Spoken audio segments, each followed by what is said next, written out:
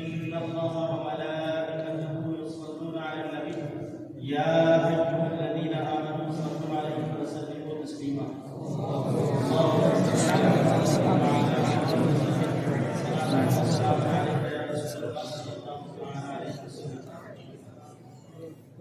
آج میری تقریر کا عنوان ہے اسلام کی تبلیغ میں مدارس کا کردار. حضرات، اسلام اور تعلیمات اسلام کی اشاعت اور اس کے فروغ میں عہد رسالت مآب سے لے کر اب تک ہر دور میں مدارس نے نمایاں رول ادا کیا ہے. دینی درسگاہوں کا علوم و فنون کی اشاعت کے ساتھ سالم فکر و خیال اور پاکیزہ اخلاق و عمل کی ترویج میں جو اہم کردار ہے اسے ہرگز فراموش نہیں کیا جا سکتا. ارباب علم و دانش نے مفہوم ہے کہ مدارس کی روشن تاریخ اس صفحہ سے جڑی ہوئی ہے جس کے بانی خود معلم کائنات تھے، جہاں کھجور کے چھپر تلے ٹاٹ پر بیٹھ کر علم حاصل کرنے والے اصحاب صفحہ کے نام سے جانے جاتے ہیں. دنیا کے تمام مدارس اسی سرچشمہ درسگاہ نبوی سے مستفیض و مستنیر ہیں اور اس سے یہ پیغامات کو عام کرتے ہیں. حضرات، مدارس میں قال اللہ اور قال رسول کے پنکھڑ سے اشتغال علوم و فنون کو سیراب کیا جاتا ہے. اسلامی عقائد و تعلیمات، امن پسندی اور انسانی احترام کو فروغ دیا جاتا ہے. مدارس اسلامیہ مساجد کی آبرو ہیں، اسلامی معاشرے کی زینت ہیں، خیال غیر میں اسلامی امانت و دیانت اور صداقت و حقانیت کے امین اور علمبردار ہیں. مسلمانوں کے دین و ایمان کے تحفظ میں ریڑھ کی ہڈی ہیں. مدارس نے ایسے طاقہ مست افراد کار پیدا کیے جنہوں نے محاسبہ نفس، حسن اخلاق، پختگی کردار و عمل، جذبہ خدمت دین اور شوق اشاعت جیسے اوصاف سے متصف ہو کر معاشرہ اور سوسائٹی میں قرآنی اور اسلامی تعلیمات کو عام کیا.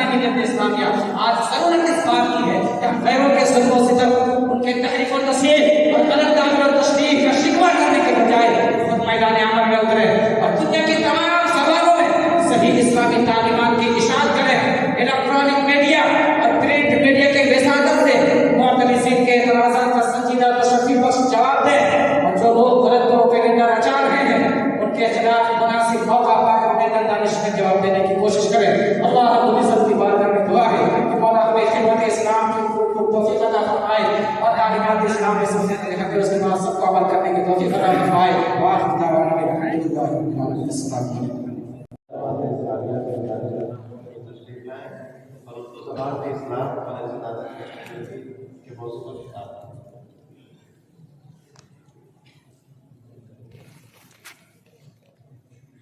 السلام علیکم ورحمۃ اللہ وبرکاتہ۔ الحمدللہ رب العالمین والعاقبۃ للمتقین، اما بعد اعوذ باللہ من الشیطان الرجیم، بسم اللہ الرحمن الرحیم۔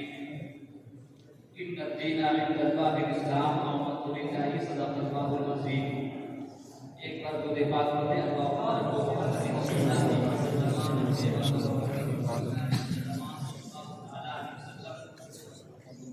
شاعر کہتا ہے اسلام کی فطرت میں قدرت نے رچک دی ہے، اسلام کی فطرت میں قدرت نے رچک دی ہے، جتنا تیز دباؤ گے اتنا ہی ابھرے گا۔